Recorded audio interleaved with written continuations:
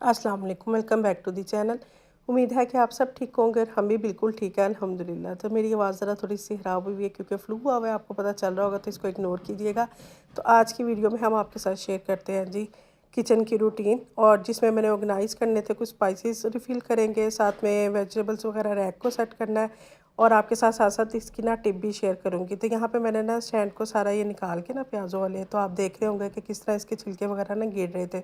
तो इसका हल फिर मैंने ये सोचा कि इसको क्यों ना टिश्यू पेपर लगाया जाए ना। तो पहले मैंने इसको सारे अच्छे तरीके से इसको वॉश किया, और उसके बाद जो सा स्टैंड को अच्छे से वॉश करने के बाद ड्राई होने दिया। तो ड्राई होने के बाद इसके अंदर हम लगाएंगे जनाब टिश्यू पेपर। आप चाहें तो अखबार भी लगा सकते हैं, या बच्चों के जो रजिस्टर होते हैं ना, जो भर चुके हुए होते हैं, उन्होंने इस्तेमाल कर लिए होते हैं, तो उनका पेज भी सेंटर वाले में से निकाल के ना, तो आप पेज भी लगा सकते हैं। तो मैं भी इसी तरह करती हूँ, जब किचन टॉवल वगैरह ख़त्म हो जाता है, घर में ना हो, तो फिर इस तरह से कोई ना कोई पेपर भी लगा देती हूँ। तो पिछली दफ़ा मैंने नहीं लगाया, तो आप उसका हाल देख रहे हैं प्याज के छिलके वगैरह नीचे गिर रहे थे, और उस जगह से ना सारा फ्लोर भी गंदा हो जाता है बार बार। तो ये तरीका जो उनसे ना ज़रा बेहतर रहता है। एक तो वेजिटेबल भी नीचे नहीं गिरती, दूसरा ये है कि इस तरह जब आप ऑर्गेनाइज़ करके रखते हैं ना, तो पड़ी हुई चीज़ स्टैंड वगैरह वेजिटेबल वाला ना अच्छा लगता है। वरना अक्सर आपने देखा होगा कि वेजिटेबल रैक जो है ना, पूरे किचन में सबसे ज़्यादा बुरा वही लग रहा होता है, अगर इसको अच्छे तरीके से ऑर्गेनाइज़ ना किया हुआ हो तो, वरना वो अच्छा लगता है। तो यहाँ पे देखें, मैंने किचन टॉवल लगा दिया, और एक में प्याज रख देंगे, एक में टमाटर और लहसुन अदरक रखा, एक को मैंने छोड़ दिया था कि इसके अंदर ना आलू आ जाएंगे, तो वो रख दूँगी। तो जो सा ना टमाटर मैंने इसमें ना 3-4 ही रखे थे, बाकी जो उनसे थे कुछ मैंने काट कर ना फ्रीज़ कर दिए थे। ये ऑमलेट के लिए रखे हुए थे स्टैंड में, ताकि बच्चे जब सुबह नाश्ते के लिए स्कूल जाते हैं ना, तो फिर मैं ऑमलेट वगैरह बना लेती हूँ।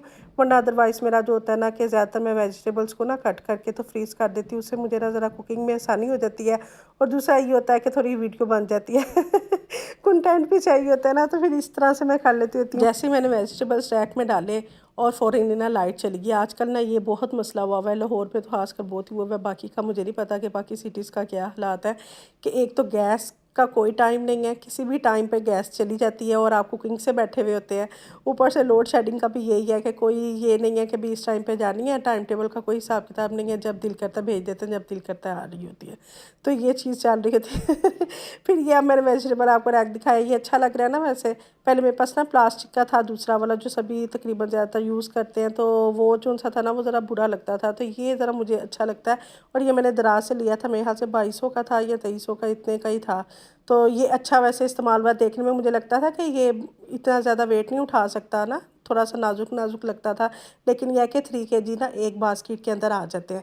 तो यहाँ पे जनाब फिर मैंने किचन टॉवल लगाया, और इसके अंदर ना धनिया को इस तरह से लपेट के रख दिया। इस तरह से अगर आप रख देना, तो फ्रिज में आपका 1 हफ़्ता इजीली गुजर जाता है, और धनिया बिल्कुल ख़राब नहीं होता। और हरी मिर्चों की टिप भी यही है कि हरी मिर्चों को भी इस तरह से पेपर आप रखें नीचे, या वो साथ में ना इसकी जो डंडियाँ हैं ना, वो उतार दें। अगर डंडी लगी रह जाती है ना, तो फिर इसमें नमी रहती है ज़्यादा, और फिर बहुत जल्दी ये ख़राब हो जाती हैं। तो डंडियाँ उतार के आप हरी मिर्चों को रखेंगी ना, तो आपका 1 हफ़्ता तो कहीं पे भी नहीं गया, बिल्कुल फ्रेश रहेंगी।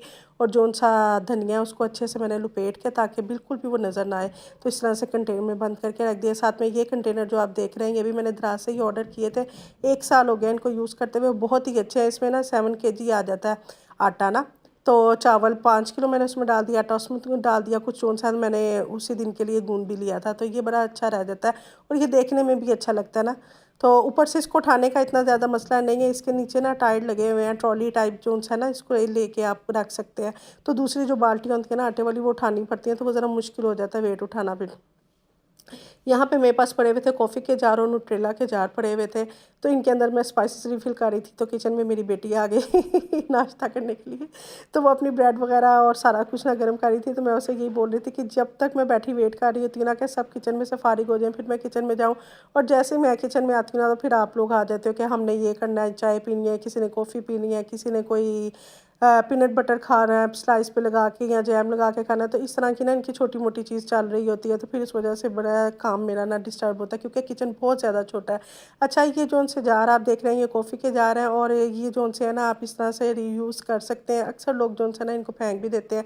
पहले मैं भी ऐसे करती थी कि भी हेल्पर को दे देने, या किसी को ना दे देने। तो फिर मैंने देखा कि नहीं यार, ये तो मैंने काफ़ी लोगों की वीडियोज़ में देखे, बड़े प्यारे लगते हैं ये तो पड़े हुए। तो मैं अब बस इसी तरह मैंने इनको इस्तेमाल किया, और इनको अच्छे तरीके से वॉश करके ना तो बस रख दिया था। अच्छा, इसका स्टिकर उतारने का तरीका पता क्या? आपने स्टिकर गर्म पानी नीम गर्म में रखेंगी ना तो स्टिकर ईज़िली रिमूव हो जाएगा, और उसके बाद आपने नेल पॉलिश रिमूवर होता है ना कौन-सा, वो आप इसके साथ रब करेंगी तो साइडों पे हल्की-फुल्की जो ग्लू लगी होगी तो वो भी अच्छे से क्लीन हो जाएगी।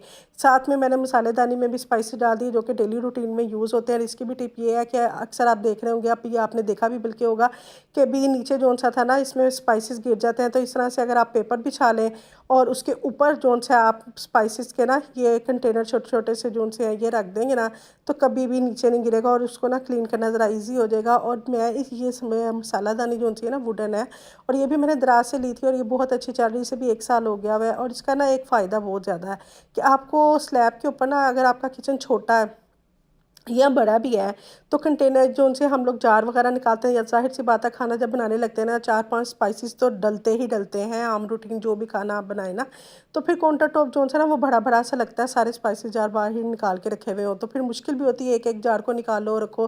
तो ये मसालादानी जो-सी है ना ये बेस्ट रहती है, आपने खोला, साथ-साथ कुकिंग करते गए, जो-जो स्पाइसेस डालने हैं वो उसमें डाल के तो आपने रख लिए, तो ये इस हिसाब से बहुत ईज़ी रहती है। और देखने में भी प्यारी लगती है जब आपने देखा होगा खुली हुई ना इस तरह से ये स्पाइसेस खोलते हैं इस जार को, मसालादानी को सॉरी, तो बहुत ही खूबसूरत लगती है, तो मुझे बड़ी प्यारी लगी थी। एक इसमें स्टील वाली भी थी, तो स्टील वाली से ज़्यादा ना मुझे वुडन अच्छी लगी थी, तो मैंने कहा चलो वुडन वाली ले लेते हैं।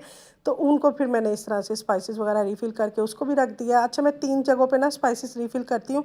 एक होते हैं बड़े जार, एक होते हैं स्टैंड वाले जार, आपने देखे होंगे जो आम रूटीन में इस्तेमाल होते हैं वो होते हैं, और फिर ये मसालादानी होती है। 3 यानी कि चीज़ों में से आ रहे होते हैं मसाले। इससे ये फ़ायदा हो जाता है कि ना पैकेट में भी पड़े-पड़े ना ख़राब हो जाते हैं, तो अगर जार में अच्छे तरीके से आप रख दें ना बंद करके एयर टाइट में, तो काफ़ी लॉन्ग टाइम आपके चल जाते हैं। और मैं गरम मसाले को ना अक्सर ये करती हूँ कि जब भी आता है ना तो उसको रोस्ट करके रखती हूँ। ज़ीरा, गरम मसाला इस तरह से रोस्ट करके अगर रख दें आप, तो वो काफ़ी टाइम आपका चलता है और बिल्कुल भी वो ख़राब नहीं होते। यहाँ पे ना ये इसके अंदर मैंने एक के अंदर ना डाल दी है चीनी और एक में पत्ती डाल दी, तो मैंने कहा चलो शुगर और वो ना पॉट बन जाएगा। और बड़ा ये प्यारा है, ये भी वुडन है, और ये मेरे ख्याल से मेरे पास ना चूँकि 6 साल पुराना है मैंने कहा चलो इसे भी इस्तेमाल करते हैं। साथ में हस्बैंड ले आए थे बाहर से खाना, और ये तबाक से हमने ऑर्डर किया था जिसमें थे स्टीम रोस्ट था और साथ में थे शामी कबाब। इनकी ये 2 चीज़ें जो सी है ना बहुत ही मज़े की होती हैं, इंतहाई मज़े की होती हैं। तो जनाब इसके शामी कबाब भी आपको मैं चेक करवाऊँगी, आप देखिएगा कि इस कदर उसमें धनिया वग़ैरह और स्पाइसेस डले हुए होते हैं ना कि ऊपर तक नज़र आते हैं कि दाल बहुत कम होती है, गोश्त जो है ना वो ज़्यादा होता है इसमें। और जो इनका स्टीम रोस्ट है वो तो बेस्ट है। अगर आप लेते हैं लाहौर में और लक्ष्मी चौक में ना इनका रेस्टोरेंट है तबाक के नाम से ना, अगर गूगल पे भी सर्च करेंगे तो आ जाएगा। तो अब तो इनका ना होम डिलीवरी भी इन्होंने करनी शुरू कर दी हुई है, हालाँकि हमारा घर इनके रेस्टोरेंट से बहुत ज़्यादा दूर है, तकरीबन मेरे ख्याल से आधा पौना घंटा तो लगता होगा ना, इतना टाइम लगता है। तो हमने भी ऑर्डर करके ही मंगवाया था, तो ये बड़ा मज़े का इनका खाना था। अगर आप भी ट्राई करना चाहें तो कर सकते हैं, इसके ऊपर नंबर भी आ रहा है। हुआ कुछ यूँ कि ना मेरा इरादा नहीं था, यानी कि बिल्कुल भी मूड नहीं था कुकिंग करने का ना, तो अक्सर कभी-कभी ऐसा हो जाता है ना कि नहीं दिल चाह रहा होता, बाकियों को तो छुट्टी मिल जाती है, हम ख़वातीन को तो मिलती नहीं है। तो मेरे हस्बैंड ने पूछा कि आज क्या बनाना है ना, तो मैंने कहा छुट्टी करनी है। कहते क्या खाने से छुट्टी करनी है या पकाना नहीं है? तो मैंने कहा पकाना नहीं है, तो कहने लगे चलो फिर बाज़ार से मंगवा लेते, बताओ क्या खाना है? तो मैंने कहा काफ़ी टाइम हो गया हमने यहाँ से ये ना स्टीम रोस्ट और उनके शामी नहीं खाए। तो कहने लगा अच्छा चलो बस इतनी सी बात है? मैं कहा हाँ इतनी सी बात ही है। फिर जब खाना खा लिया तो पूछने लगे अच्छा फिर कुछ और तो क्रेविंग नहीं हो रही, मीठा-शीठा तो नहीं खाना? तो फिर हमने जनाब साथ ही जो सी ना रबड़ी वाली खीर मंगवाई थी जो कि बड़े मज़े की थी।